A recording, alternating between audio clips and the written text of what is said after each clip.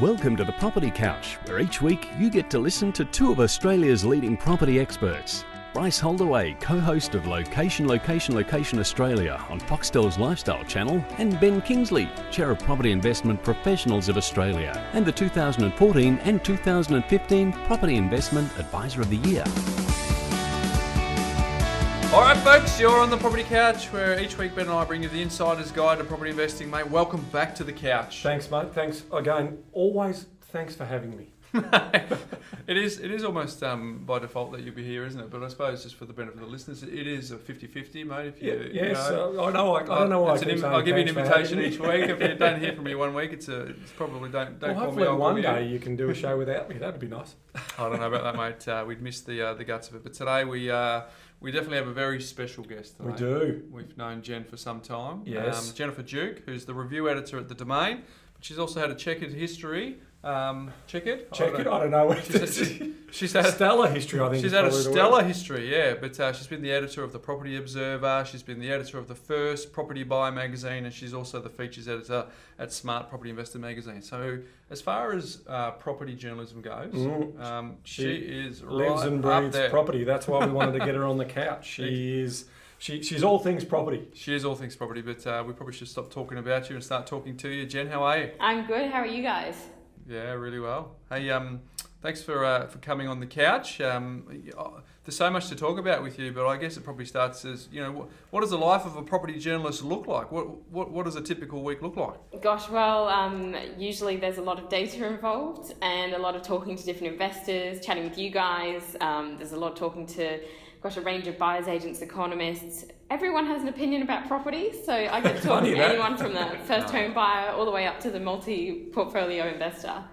Oh, very good. And and lots of people would be keen to chat to you because you control a medium to get information out there. I mean, how do you decipher all of the opinions and all of the facts that are out there? Yeah, it can be pretty hard. I think one of the important things is that you have to keep an ear to the ground and be talking to the people that are actually interested in the market and who know what they're talking about. That's something that's pretty hard to do. We often sit around and say, what have you heard, in chats with people? Because you'll be doing one story and it will turn into something else entirely.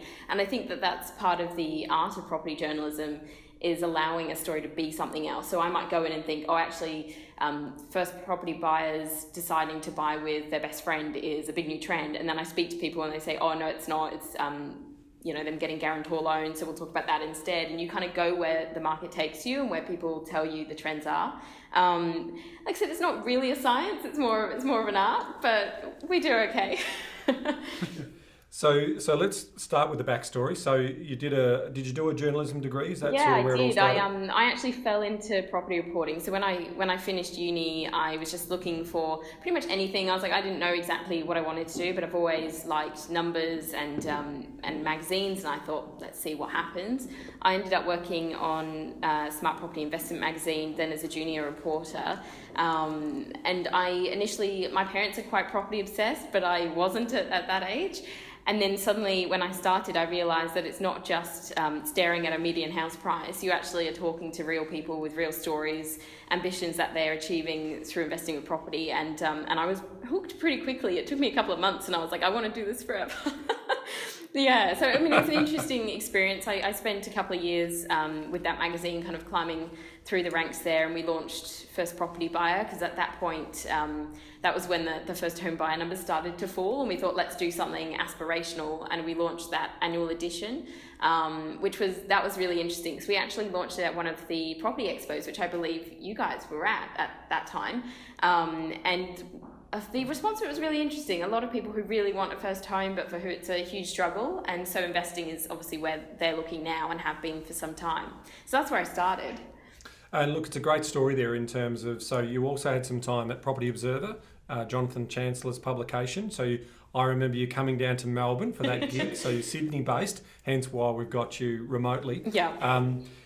That's obviously a daily online piece, exclusively online. Tell us about what the sort of goal of that sort of journey for you was all about. Yeah, so when I was offered the job with Property Observer, I largely took it to work with Jonathan because he's one of the longest running property reporters in Australia. And his sort of reporting style is a lot about the prestige mansions selling, but he's also got a very good eye for the market. So I thought, well, there's kind of an interesting combination that we could offer to readers. We thought, well, I can bring some sort of more market analysis, and coupled with his prestige reporting would be onto a winner. I was there for about, I think it was another couple of years. They ended up selling the title fully to Jonathan, who brought it back to Sydney, and then I left to work with Domain. But that was an interesting blend of kind of trade news for industry professionals and what I like to call the property nerds of the world, who really want to know all that gossip and and all the little nuances in the stats. So yeah, it was a good experience. I enjoyed being there.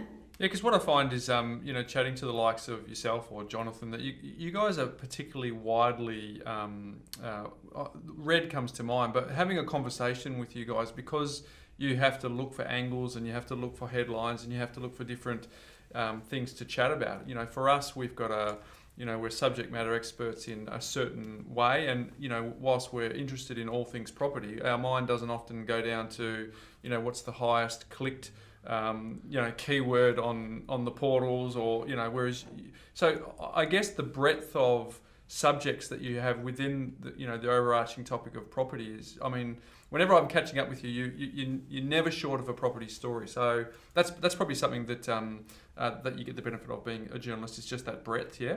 I guess that's one of the really fun things, is that in a way I can be talking about a ridiculous house with a water slide in it that someone is after, or a first-time buyer who's missed out, or maybe a family whose house is up for demolition because it's in the way of WestConnex, or whatever the issue might be. That makes it quite interesting, because it makes you realise how much a home and a house actually affects individuals' lives, and it goes further than just amassing wealth and amassing a portfolio. Like, it's a very emotional thing for a lot of people, and I think no one really sees that outside of the property journalism world, just how affected people are by the market, and also the violence isn't the right sort of word, but the passion that's in the responses we get from different stories. People can be quite offended by market movements up or down, and they can take things very personally, and that isn't a bad thing. I think that says a lot about how much property is important to Sydney and Australia widely.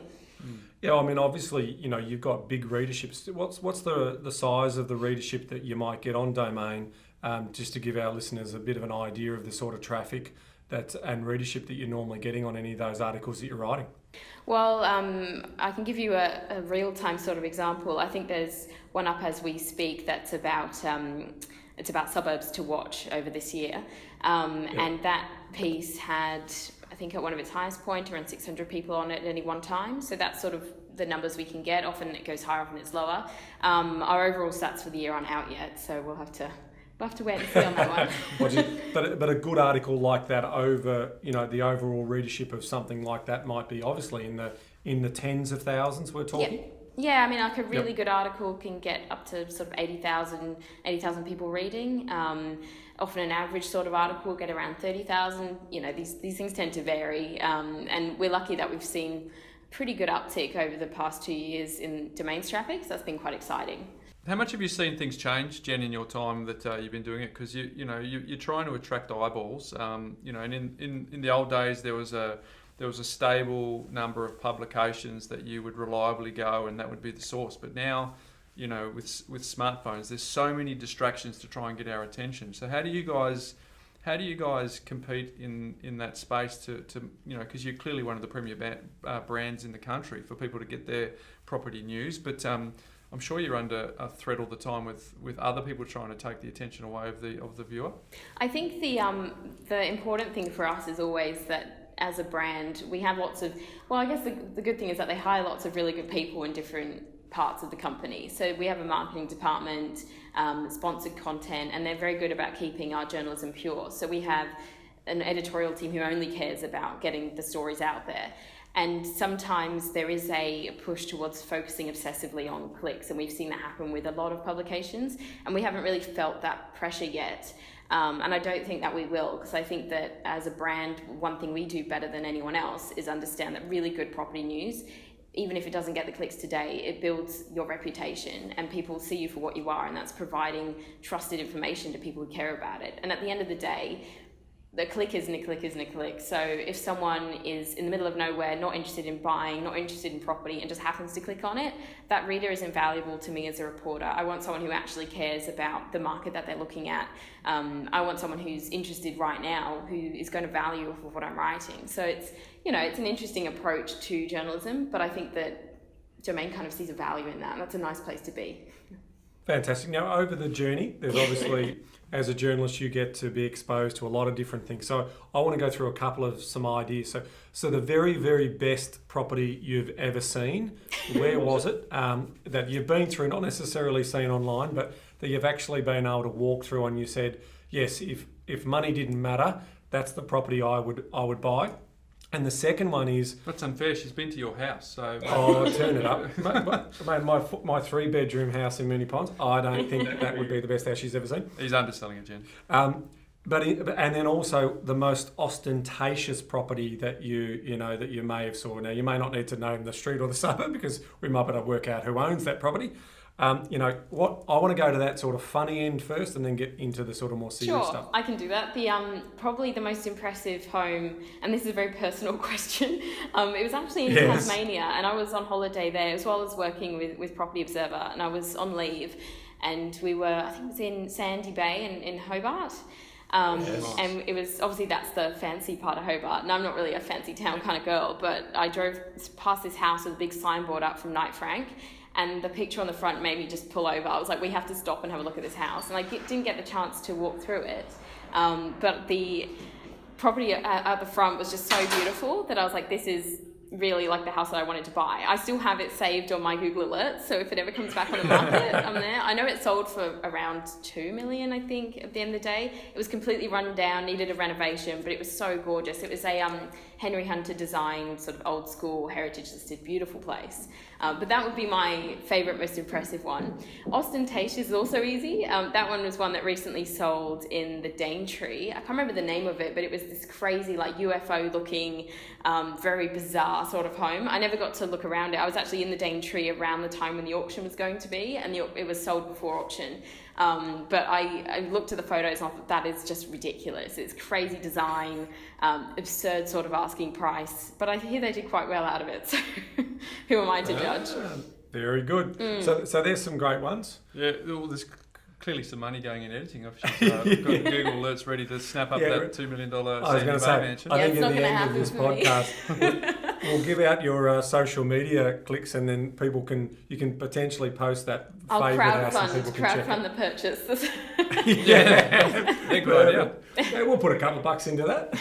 What about stories? One that's inspired, property stories that have inspired you, and what's shocked you? What have you seen that's shocked you? Shocking stories, probably the one thing that's characterised my career, I suppose, and also some of the stories that I've written that have been the most shocking, was the rise of the mining boom and then the collapse of it. When I first got into property reporting, a lot of the stories that we were writing that were sort of the big talk in town was all about these mining towns and why you should buy there, and go hard, the risk is worth it. And then 3 to 4 years down the track, we saw everything completely go to crap, to put it politely. And I've spoken to many investors who've done extremely badly out of it, to the point of near bankruptcy. Many people who will never go on the record, whose stories won't be brought to light, but it's really sad to see that happen. And it gets pretty serious. Like when people are in that sort of financial distress, suicides happen, it's pretty horrific. Those sorts of things make me realise how important it is to really think about what it is that you're reporting, what it is that people are going to take away from the stories that you're writing, and the type of people that you decide to quote and use as experts in your articles. So let's dig a little bit more deeper into that, because obviously someone like yourself as a reporter has high credibility, and you're probably getting approached by all different types of people who are trying to leverage from your credibility and leverage from the brand, such as Domain or Property Observer or an alike. How do you decide who you think is legitimate versus who's a spruiker? I mean, how did you perfect that art? Because everyone can sound convincing, even when they've got a good suit on, or they've got a nice little story to tell, don't they? That's very true. And in the past, there have been people that I've quoted and trusted and thought that I'd done all my due diligence on, and then have found out sort of years later that they've ended up in trouble with whoever. And I think that now I've started to really hone that skill. In the past few years, I've spent it really relying on people that I've trusted, whose advice I've seen work for other people. I think that it's always in, have they got good referrals? Are their clients actually happy? Are you hearing stuff outside of just who they're connecting you with, where other people are saying, oh yeah, I've heard of so-and-so who had a good experience? So I think that the power of referral is really, really strong. I think as well, it's about who's trying not to get your attention in a way. It's not the person who's always banging your door down who you should be speaking to. Sometimes I wonder why certain people are continuously sending me things and why they're not getting any coverage. And often it is because they haven't got credibility, they haven't done the hard yards. Property isn't something that works overnight. So if you've only been in the game for 1 year and you're telling me that you're an expert and you have no proof to that, why should I trust you? Why should I put you in front of my readers, who at the end of the day I have some sort of trust with, and they rely on me in a way to provide them quotes that they can trust. There's a mutual arrangement there. And I think that as well, there's a very easy way to Google people. The power of Google is extremely strong. There are forums like Property Chat that we're all on now, and those places are full of extremely honest people who will tell you exactly what they think. And it's important to find those networks. I have certain people like you guys and a few other experts around Australia who I will call, and I will say, I've heard of this person, can you tell me what you know? Are they a decent human being? Do you know someone that you trust in Perth who I can speak to? These are conversations that you have to be having. And I think as well that the spruikers will be found out over time, but unfortunately we don't all have the benefit. Like when you're writing a story a day, you have to really rely on your instincts very quickly. And there are certain things that I know are sort of hallmarks of spruikers. If they tell you it will never fail, if they tell you there's no risk, these are things that immediately have my alarm bells ringing. It's amazing. I mean, you said that you've had some mistakes in that area, and so have I. I mean, I've experienced something that's not public, but I've been involved with someone who I trusted a lot. And yeah, you think that they're legitimate in terms of what they do, and they turn out to be crooks. And that throws you. Is there any hidden meaning here? Is this no. No. Well, the thing is, these people are very, very skilled at basically being liars, and that's a really hard thing to call someone out for until they've been publicly shamed. I think the other issue as well is that you don't, as a reporter, I still have to be wary of defamation laws. I can't say anything without firm proof. The best thing I can do for a reader, if I can't prove that something's wrong, is just not speak to that person and not put them in the media. And that's a really hard thing as well, because that's a judgment call, and sometimes you're relying on someone else's opinion of someone. It's a really hard grey area. Yeah, I mean, in my case, we had a friendship, so I'm naturally sceptical.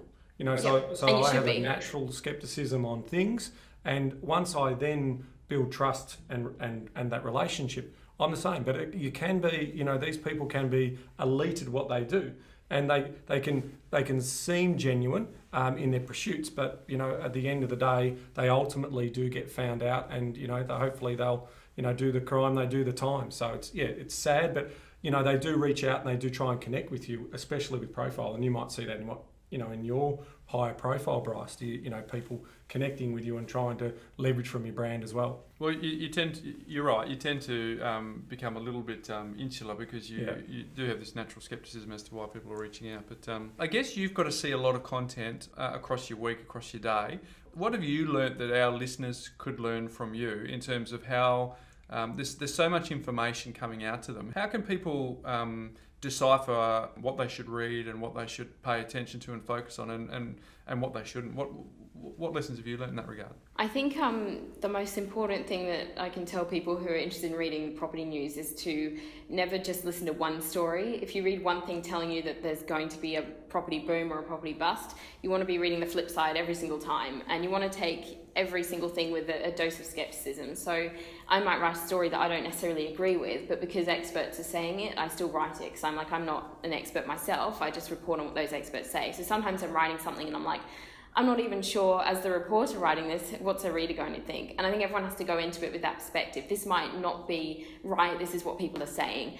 can I go and research a bit more about the person that's saying that?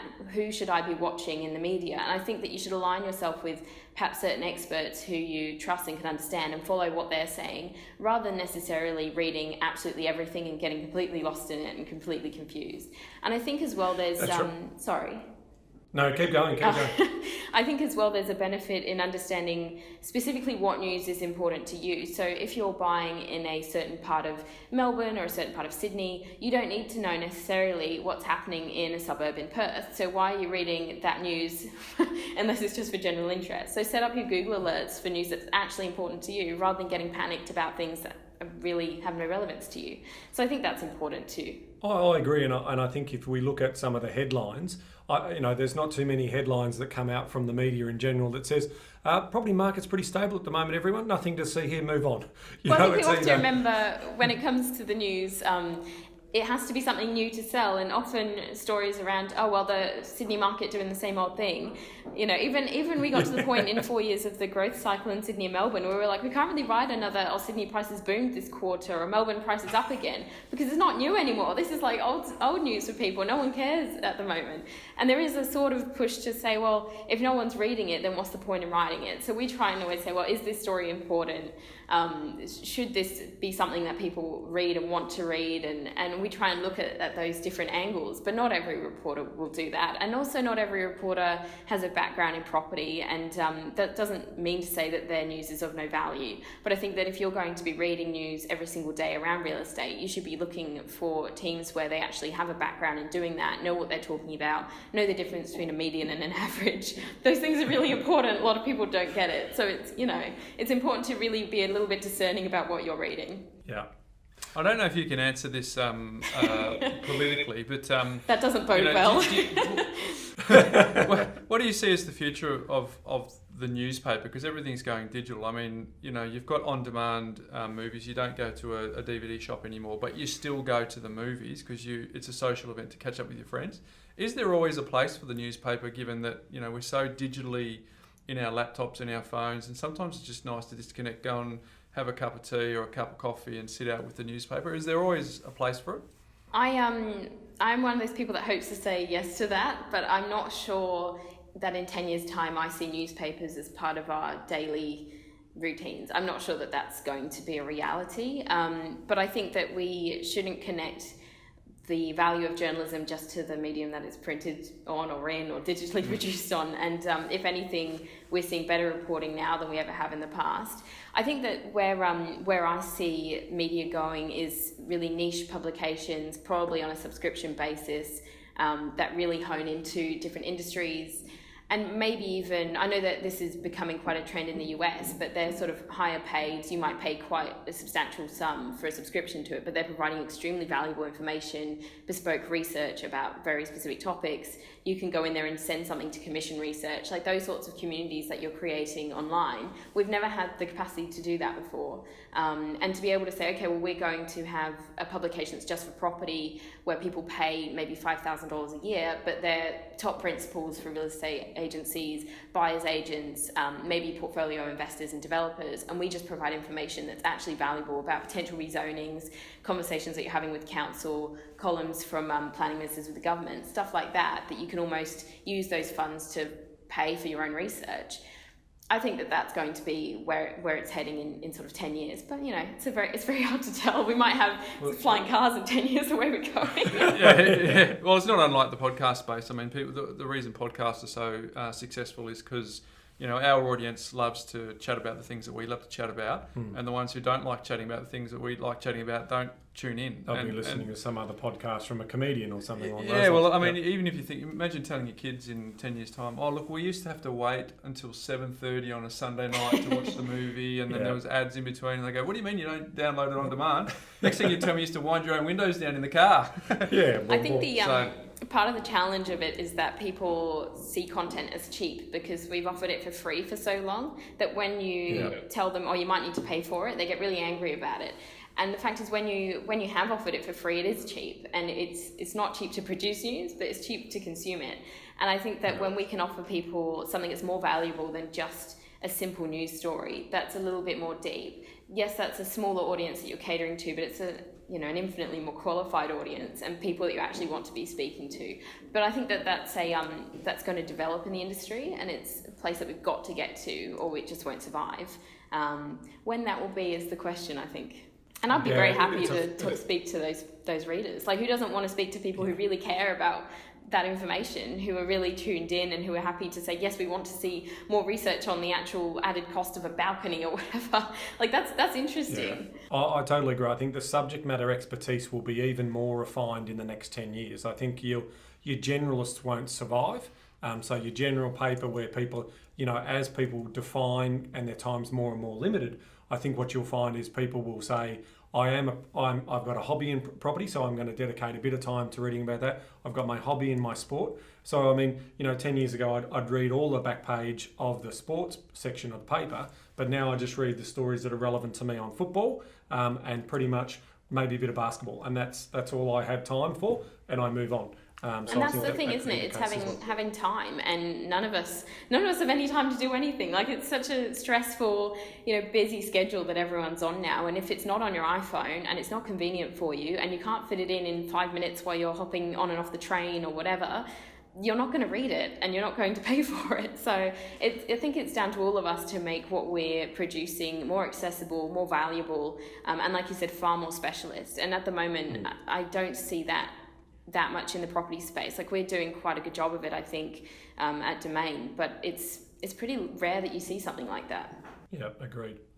So I just want to talk about, given that you've interviewed so many successful and unsuccessful property investors, are there any traits or anything that you found that was common in terms of the feedback that they've given you? I'll give you an example. Of the successful ones, more often than not, one of the biggest things they say, what would you change? And I said, I would have started earlier. That's, once they got over that first hurdle, that's one of the I reckon that's the number one thing for me when I speak to property investors at expos and all around the country. It's like, what would you take? I would have started earlier. What are some of the more common traits from the successful guys? But I'm also interested to hear about the negative ones, and because I think there's something in that, and I want to explore that now. I think, and this goes back to what we were saying a little bit earlier, but from the unsuccessful investors, it's always been, I trusted the wrong people. It's often, I didn't do my own research and I outsourced it to someone else entirely, whether or not that's researching that person or at least understanding what they're putting you into. I think that I guess with the other one as well, it wasn't understanding the risk side of the equation. That's always a big one. When it comes to successful investors, even those ones, usually the lessons that they've learned are often negative ones that have helped them in the long run. So usually when I say to them, and this is one of my favorite questions to ask investors, is which was your most hated investment property of your portfolio? Like, if you had to pick one, which is the ugly child, which one don't you like? And usually they always say, it's the first one because I didn't know what I was doing with my mortgage. I should have done this. I realised 6 months later, blah, blah, blah, that, and that's always really interesting to me. But I always think, well, if they had never bothered with that first one, they'd never have got to where they are now. And that was obviously all the learning curve was in that one. So that always has really struck me. And probably the other lesson I hear from younger property investors in particular is that they like to surround themselves with other young investors. So I rarely meet a young investor who hasn't gone out and sought either an online community, a Facebook group, or an actual physical group of friends that they hang out and talk about property. Most of them get a mentor, often a mortgage broker, often a buyer's agent, and that's who they will rely on. One of them I spoke to calls their mortgage broker every single day, and I thought, you must be the most valuable client in the world for him to take those mortgage calls. Broker's probably trying to, how do I wean? They're like, oh my God, it's kind of one of those things. If you don't have that network, how are you supposed to know things? That's how you learn. You learn off of other people. So they're probably the key takeaways. Have you noticed the difference between generations? Because Gen Y clearly does that. Have you noticed because typically baby boomers tend to hold all their information to themselves. Have you seen any differences across the gens? Yeah, definitely. Even just in terms of who will actually want to be in the story. Gen Y loves being in the news. They absolutely love it.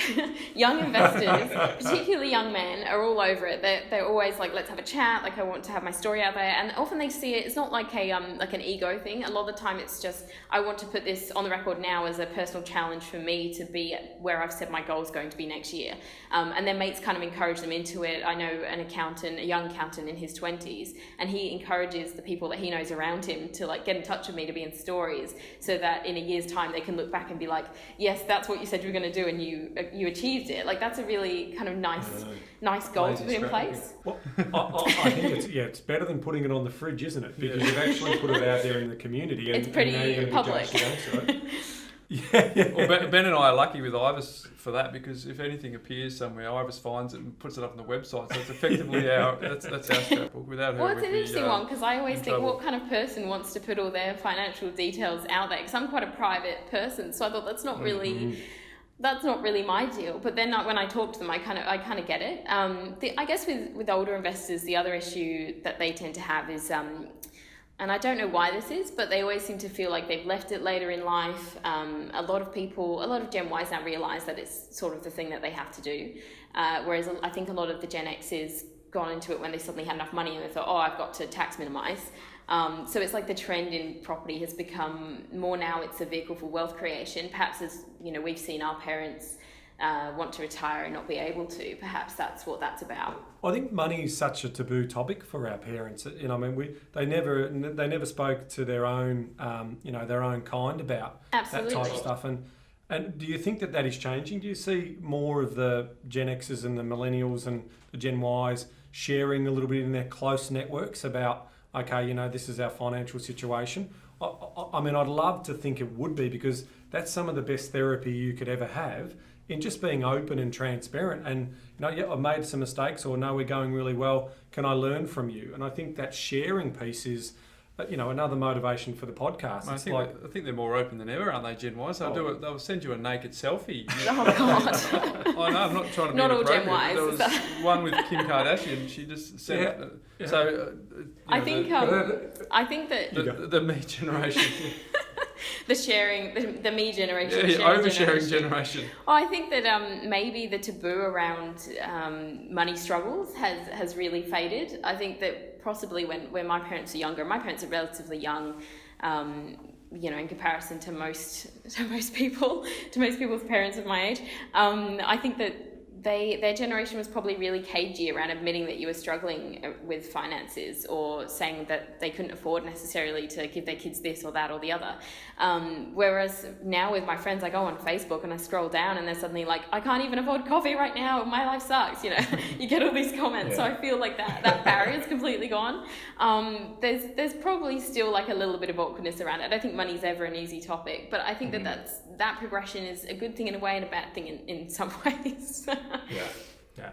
Life's not all about the money, but I think certainly for those people who are making those poor judgment calls, and coming back to what you were saying about the traits of those people who are being, in a way, they're being victims. But I always try to reach out to those people to have an honest conversation with themselves around, well, what was it that you got caught up in? Was it they showed it was so easy, they made it sound too good to be true. Yep. There was something in there that you actually said, I'm going to cut a check for this, believing this person. So you could be gullible, absolutely, there's no doubt about that. And as I said, I'm on the record, we've all been gullible once in our life or more. But I also want them to take ownership. A lot of people can make excuses for others. I mean, if life is the best, if you want to be the best version of yourself, you've got to say to yourself, what is it about, where's the excuses? Because the buck stops with me. I'm the one responsible for that. As you were saying, I didn't do the research. I didn't do the due diligence on the people. I didn't ask enough questions.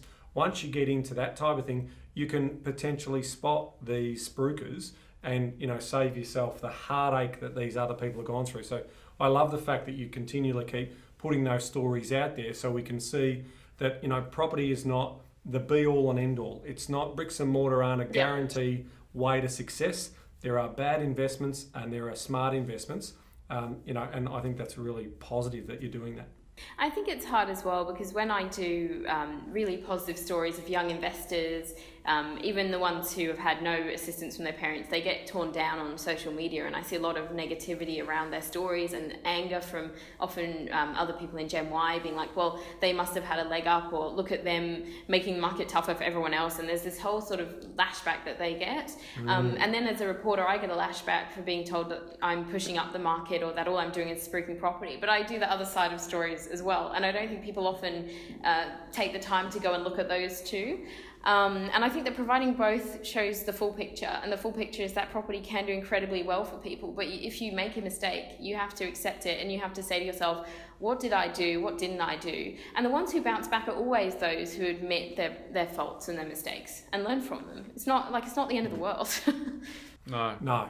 Sometimes the best lessons from watching people who've done it bad. Well, how many people have the rags to riches story? They actually do bottom out, and then they say, you know what? It's actually up to me in terms of how I take this story forward. It's no one else's fault. I lose that sense of entitlement, and I make it all about what am I going to do? What are the steps that I'm going to be in control of my life to make the outcomes that I'm looking for? It doesn't define them; it just builds their character. So you mentioned before that property information is going to be very niche and specific. Have you done some stories or got some views around future property trends? Virtual reality, all those sorts of things from what you've seen. In terms of trends, I guess the thing that's exciting me most at the moment is around data and the availability of it and the information we're going to be able to get within the next 2 years. And one thing that I'm seeing, particularly because we obviously deal with a lot of data here at work, I guess the good thing about it is the sophistication of it. We're going to be able to break things down by bedrooms and by different property features and work out exactly what those things are worth and how that varies by area, and therefore what the buying trends are. And that stuff is so powerful, and I think different ways to visualize that data, different ways to include that, whether that's in reporting or from real estate agents providing it to their clients or wherever in the industry, that's going to be even more important and ever more powerful. And the investors of the next 5 years have way more information at their fingertips than anyone's ever had, and that should be an exciting thing. I guess on the flip side, it's like figuring out what data is important to you and what it means.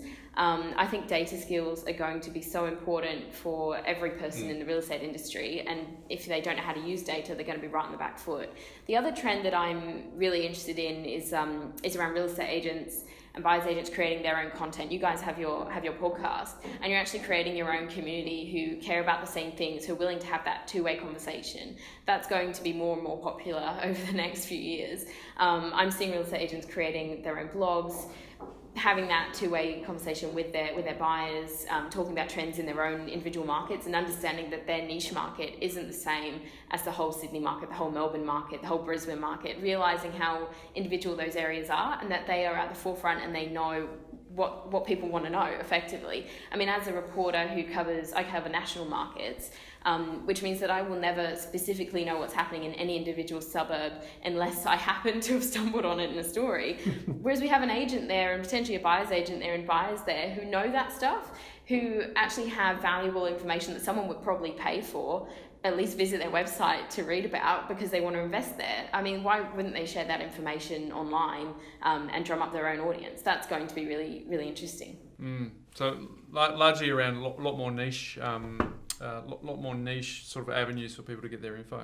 And I think a sophisticated understanding of property that's long overdue in many areas.